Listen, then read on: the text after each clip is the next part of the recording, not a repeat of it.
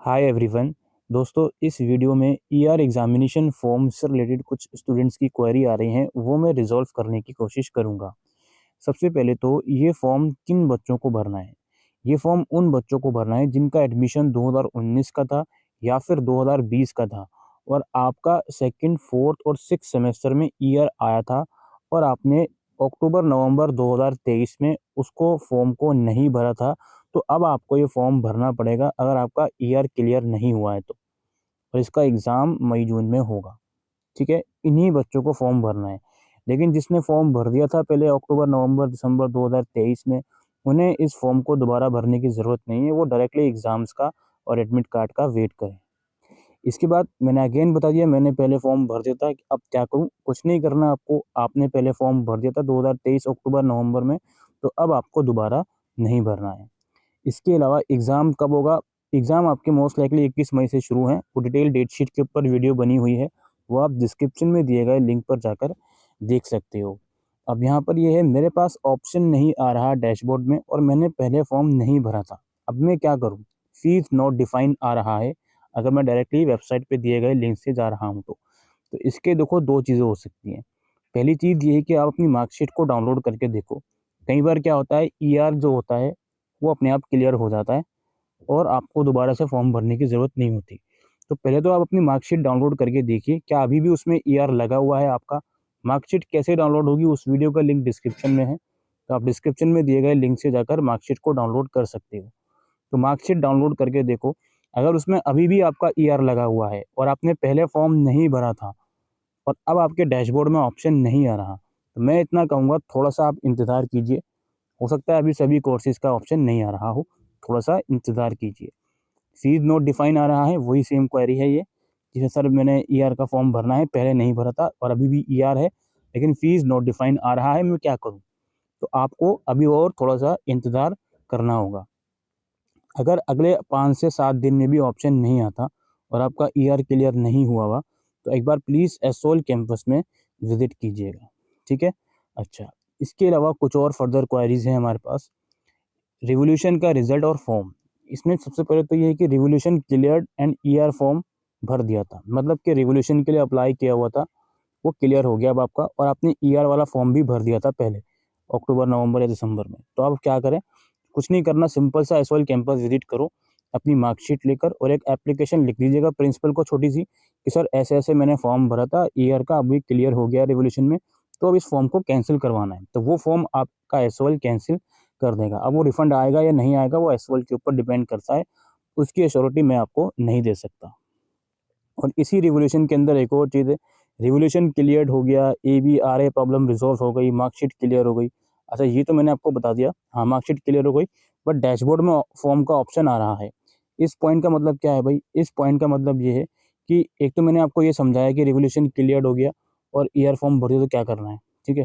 और अब ये है कि रिवॉल्यूशन क्लियर्ड हो गया लेकिन डैशबोर्ड में अभी भी ऑप्शन आ रहा है, मार्कशीट में सब कुछ क्लियर है, एआर हो या एब्सेंट की प्रॉब्लम थी, ये भी क्लियर हो गया, लेकिन मार्कशीट में ऑप्शन, लेकिन डैशबोर्ड में अभी भी ऑप्शन आ रहा है, तो हम क्या करें? तो उस ऑप्शन को टोटली इग्नोर करो। वो ऑप्शन आपका इसलिए आ रहा है क्योंकि मार्कशीट में तो आपका रिज़ॉल्व है, लेकिन एसओएल के सिस्टम में वो चीज़ अभी रिज़ॉल्व नहीं हुई। तो वो या तो आप कैंपस जाकर रिज़ॉल्व करवा लो, तो वो डैशबोर्ड में ऑप्शन अपने आप ही हट जाएगा, या फिर कुछ टाइम में आप, ज़रूरी नहीं है अर्जेंसी इसके लिए दिखाओ, कुछ टाइम में अपने आप ही आप जाकर रिज़ॉल्व करवा लीजिएगा, प्रोविज़नल सर्टिफ़िकेट इश्यू करवा लीजिएगा, फिर आपको दोबारा से उसकी टेंशन नहीं लेनी है। अगर ऑप्शन आ रहा है, सब कुछ क्लियर है, तो अभी फ़िलहाल उसको इग्नोर कीजिए। इसमें एक पॉइंट और था दोस्तों, काफ़ी बच्चों ने रिवॉल्यूशन के लिए अप्लाई किया हुआ है और उनका रिज़ल्ट का स्टेटस उन्हें अभी तक भी नहीं पता चला है और फॉर्म डैशबोर्ड में आ गए हैं। अब क्या करें जी? अब मैं आपसे यही बोलूँगा, अगले 10 से 12 दिन का और इंतज़ार करें।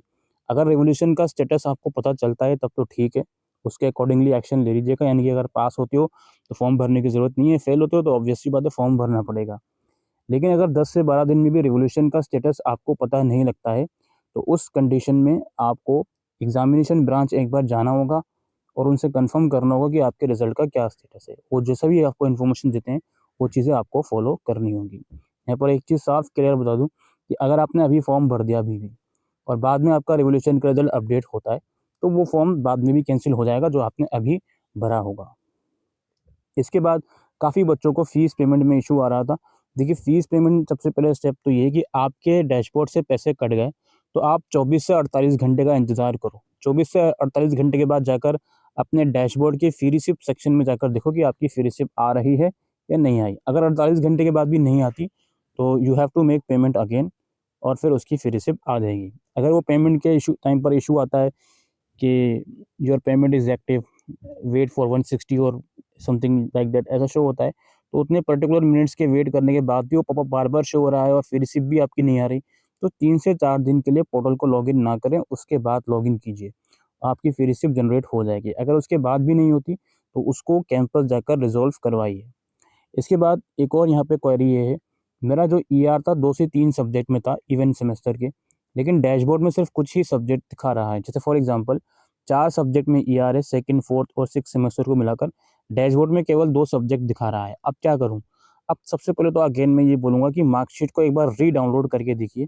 अगर उसमें अभी भी 4 ही सब्जेक्ट में ईआर है और आपका 2 में दिखा रहा है, तो ये प्रॉब्लम कैंपस जाकर ठीक होगी।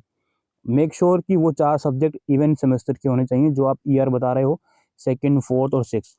क्योंकि कुछ बच्चे ऐसे हो सकते हैं जिनका ईआर हो सकता है ऑड सेमेस्टर में भी हो, उन्होंने फॉर्म नहीं भरा हो पहले, एग्ज़ाम भी नहीं दिए हों और इवेंट सेमेस्टर में भी ईआर हो। अभी सिर्फ़ ये देखो कि आपका जो इवेंट सेमेस्टर में ईआर है वो दिखा रहा है करेक्टली या नहीं। अगर वो करेक्टली नहीं दिखा रहा, तो आप कैंपस जाकर ठीक करवाइए। अगर जिस सब्जेक्ट में पास हो उसमें भी ईआर दिखा रहा है, एफ दिखा रहा है, डैशबोर्ड में पेमेंट दिखा रहा है उसकी भी, तो भी इस चीज़ को कैंपस जाकर रिज़ॉल्व करवाइए। लेकिन ये वाला जो स्टेप होता है फाइनल स्टेप पेमेंट से पहले वाला, उस स्टेप पर चले जाइएगा, तब ये देखिएगा कि वहाँ पर कौन से सब्जेक्ट्स दिखा रहे हैं, ठीक है? और बस यही सब कुछ क्वेरीज़ थी।